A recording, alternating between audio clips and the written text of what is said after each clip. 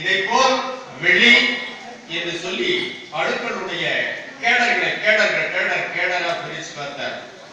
வாலணு ஜடவணு, நீரணு திரவ அணு, குருவணு நெருப்பணு அப்படின்னு சொல்லிட்டு 7 வகையான அணுக்களை சாதாரண அணுக்கள்ல 5 சேர்த்துட்டார். அசாதாரண அணுக்கள்ல 2 சேர்க்கிறார். அணு வரைக்கும் பிரிச்சுட்டார். அணு வரைக்கும் 5 இதுல பிரிச்சுட்டார். சாதாரண அணுவை பிரிச்சுட்டார். விபுவும் பரமாணு எப்படி ஏற்பட்டதுங்கிறார். விபுவோடு அவர்கள் தான் சதிசக்திகளாக இந்த பிரபஞ்சத்தை இயக்கிக் கொண்டிருக்கிறார்கள். அந்த அணுக்கள் பேராற்றல் மிக்கது. அப்படி ஏற்பட்ட அணுக்களை விபுவோடு பரமாணு அப்படின்றார். இந்த மேல் கேடரா அவர் பார்க்கிறார். எப்படி இந்த பிரபஞ்சம் எத்தனை வகை அணுக்களால இந்த இதுவை இயக்கிக் கொண்டிருக்கிறதுன்னு பார்க்கிறார். அதுல அந்த முதல் 5 பஞ்சபூதம் கண்டம் வந்துடுது. அந்த முதல் 5 பஞ்சபூதம் கண்டம் வந்துட்டதுனால எந்த பொருளுமே பஞ்சபூதம் இல்லாம உருவாகவே முடியாது. அப்படியாக வந்து விட்டது. இந்த உடம்பு கூட பஞ்சபூதத்திலிருந்து 7 ரசங்கள் உண்டாகி அதனால இந்த உடம்பு வந்துருச்சு. அதனால இந்த உடம்பு நீடிச்சாகணும். இந்த உடம்பு நீடிக்கிறதுக்கு சில பல காரணங்களையும் சில பல யுக்திகளையும் அருட்பெருஞ்சோதி ஆண்டவர் வள்ளற்பெருமானுக்கு சொல்லியே இருக்கின்றார். எவ்வாறு என்றால், ஒரு சாதாரண மண்குடிசையா இருந்தா அது கரைஞ்சு போயிடும் மழையில. அதனால அந்த மண்குடிசையை செம்மையுடைய ஆக்கணும்னாக்கா தண்ணியை விட்டு குழைச்சி காய வச்சா செங்கலாக மாறிவிட்டது. அதை சூடுபடுத்தினால் அது கரையாததாகிவிட்டது. அதனுடன் களிமண்ணையும் சுண்ணாம்பையும் சேர்த்து உருக்கினால் சிமெண்ட் ஆகிவிட்டது. சிமெண்டால் கட்டிய கட்டடம் 100 ஆண்டுகளுக்கு இருக்கும். அதுக்கு மேல இருக்காது. அதுக்கு மேல இருந்தாக்கா அது உரிய இதுவே கிடையாது. அதனால இப்படி ஆகிடும். இப்ப எந்த கோயிலையும் பாருங்க, இப்ப 21ஆம் நூற்றாண்டு வந்துட்டோம். இப்ப இதுவரைக்கும் கட்ட கோயிலுங்க பூராமே கருங்கல்லால தான் கட்டாங்க, செங்கல்லால கட்டல. ஆனா ஆங்கிலேயர்கள் கட்டிய அந்த கல்லுங்க அற்புதமான செங்கல்லுங்க தான். அதுல ஒன்றும் சந்தேகமே இல்லை. நீங்க சென்னையில வந்தீங்கன்னா அந்த கோட்டையெல்லாம் பாத்தீங்கன்னா இன்னை வரைக்கும் ஒரு கிராக் இல்லைங்க, ஒரு கிராக் இல்லை. நீங்க ரயில்வே பாலங்கள், இன்றே போட்ட ரயில்வே பாலங்கள் நான் சொல்ல மாட்டேன், அன்று போட்ட ரயில்வே பாலங்கள்ல செங்கல்லால தான் கட்டினாங்க. அந்த செங்கல்லுங்கள்ல கிராக் இல்ல, உடையல்ல, கரையல்ல. அதுபோல பண்ணக்கூடிய ஒரு யுக்திகள் இருந்தது. அதை அருட்பெருஞ்சோதி ஆண்டவர் வள்ளற்பெருமானாருக்கு சொன்னார். அதை செய்து கொண்டவர்கள் எல்லாம் தேவர்கள். தேவர்கள் என்று சொன்னால் நம்மில் எவரெல்லாம் சித்த புருஷராக சித்தத்தை சிவந்தால் வைத்தவர்களோ, எவரெல்லாம் சத்துவ ஆகாரத்தை உண்கின்றாரோ, எவரெல்லாம் சத்துவத்திலிருந்து சுத்த சத்துவத்தை உண்கின்றாரோ அவரே சித்தர், அவரே முக்தர், அவரே தேவர். அவர் உண்ணக்கூடியது எல்லாம் புற அமுதம். இதற்கு மேற்பட்ட கேடரில் பார்க்கின்றார். இந்த பூமியில கிடைக்கிறது அல்ல, அதை உண்ணக்கூடியது ஒண்ணு இருக்கு. அது அகப்புற அமுதம் என்று பெயர். அதை ஐவராதிகள் இந்த பிரபஞ்சத்தை சீழ்ச்சி செய்யக்கூடிய ஒரு அணு இருக்கின்றது. அந்த அணுக்கு பெயர் கொடுத்து விட்டார்கள் பிரம்மா என்று சொல்லிவிட்டு. அந்த அணு பிரபஞ்சத்திலும் இருக்கின்றது, மனித தேகத்திலும் இருக்கிறது. மனித தேகத்தில் இருக்கக்கூடியதுதான் பிரம்மனாக இங்க செயல்பட்டு பிரம்ம உறுப்பாக விளங்கக்கூடிய பிறப்புறுப்புகளால் அதிகமரத்தியை செய்து கொண்டிருக்கக்கூடியதாக இருக்கின்றது. நம்முடைய தேகத்திலேயே வாழ்விக்க செய்யக்கூடிய ஒரு மகாசக்தி விளங்குகின்றது. அதை விஷ்ணு என்று சொல்லக்கூடிய அணுவாக இருக்கின்றது. அது நம்முடைய நாமச்சக்கரத்தில் இருந்து இயக்கிக் கொண்டிருக்கின்றது. அதற்கடுத்து துளசிகளை நீக்கக்கூடியது.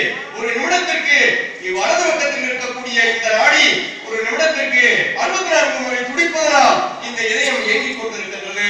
இந்த இதயத்தில் இருந்து அந்த ரத்தங்களை சீரான அழுத்தத்தில் செலுத்திக் கொண்டிருப்பதனால் இந்த தேகம் நிலைபெற்று இருக்கின்றது. இந்த இடத்தில் காரணாகினி இருக்கிறது.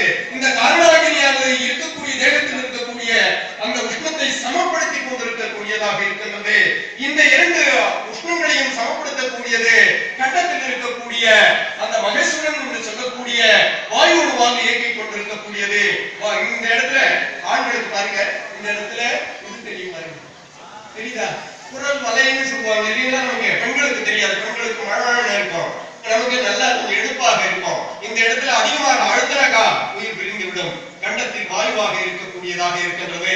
அதற்கு மேல் புருவமத்தி, புருவமத்தியில் அருட்பெருஞ்சோதி ஆண்டவர் விளங்கிக் கொண்டிருக்கின்றார். அதனால எப்பவும் சாமி சொல்லுவார், நீங்கள் உங்களுடைய மனத்தை காணாத காட்சிகளை காட்டும் ரகசியம் என்று இந்த நூலை வெளியிட்டோம். ஐயா சொன்ன மாதிரியா அந்த 100க்கும் மேற்பட்ட நூல்களை வெளியிட்டு இருக்கிறோம். வசதி இல்லாதவங்க புஸ்தகத்தை வாங்கிக்கோங்க, வசதி இருக்கிறவங்க நெட்ல போய் உட்காருங்க. என்னுடைய நூல்கள் அத்தனையுமே நீங்க ஓபன் பண்ணி பார்க்கலாம். அப்படி காலத்துக்கும் இந்த நூல்கள் அழியாமல் பண்ணி ஏற்றி வச்சுட்டோம். அதுல சாமி போட்ட இந்த இருக்கு பாருங்க, இது வரைக்கும் எந்த சித்தர் முத்தர் அகரத்துக்கு விளக்கம் சொல்லவே இல்லை.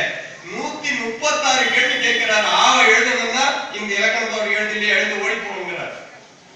அப்படிப்பட்ட அந்த இலக்கணத்தை கொடுத்து ஊன்றல் எழுதுறதுக்கு ஊழல் ஊன்றல் ஊன்றல்னாக்கா விந்துன்னா வெளிச்சம். விந்துனுடைய ஆயுள் சொன்னா என்ன ஆகுது? எவ்வளவு ஐயா? 43,200 லட்சம் கோடி வருஷம். அந்த அந்த ஒரு மகாசக்தி மட்டும் அவ்வளவு நாள் ஊன்றல் விந்து வெளிச்சம் நாதம் அளவரந்த காலம். அப்புறம் அரவிந்து அதுல பாதி பலனாரம் அப்படின்னு சொல்லிட்டு கடைசியில வந்து அந்த மனோன்மணியில முடிப்பார். அந்த அப்படி இருக்கக்கூடியத இந்த மனசை எங்க கொண்டு போய் நிக்கணும், நிறுத்தணும் அப்படின்னு சொன்னா நம்ம பையனுக்கு ஆப்பிள காமிச்சு ஏப்பாரு ஆப்பிள் மாதிரியா நமக்கு ஞான சபையை கட்டிட்டார். இங்க தர்மசாலை அமைச்சு சாப்பாடு போட்டு பசியை நீக்கிட்டார். பசியை நீக்கிற உடனே தூங்க விடக்கூடாது. மனுஷன் தூங்கினா செத்துருவான். தூக்கம் ஓரளவுதான் இருக்கும். அது மேல இருந்தா தூங்கினா இறந்துருவான். அதனால ஜாக்கிரதையா இரு அப்படின்னு சொல்லிட்டார். தூங்குறது எப்ப தூங்கணும்? ராத்திரி 12 மணிக்கு தூங்கணும். இது வரைக்கும் நான் என்ன பண்ணணும்? டிவி பார்க்க கூடாது, பார்த்தோன்னா செத்துருவேன்ட்டு. அப்ப என்னதான் பார்க்கணும்? அவரு சொன்ன டிவியை பார்க்கணும். அவர் சொன்ன டிவி எங்க இருக்கிறது? அதுதான் இங்க தர்மசாலையில் இது ஞான சபையில் காட்டிட்டார். அந்த டிவி எப்படி வேலை செய்யும் அப்படின்னு சொன்னாக்கா அதுக்கு 3 கண்கள் இருக்கின்றது.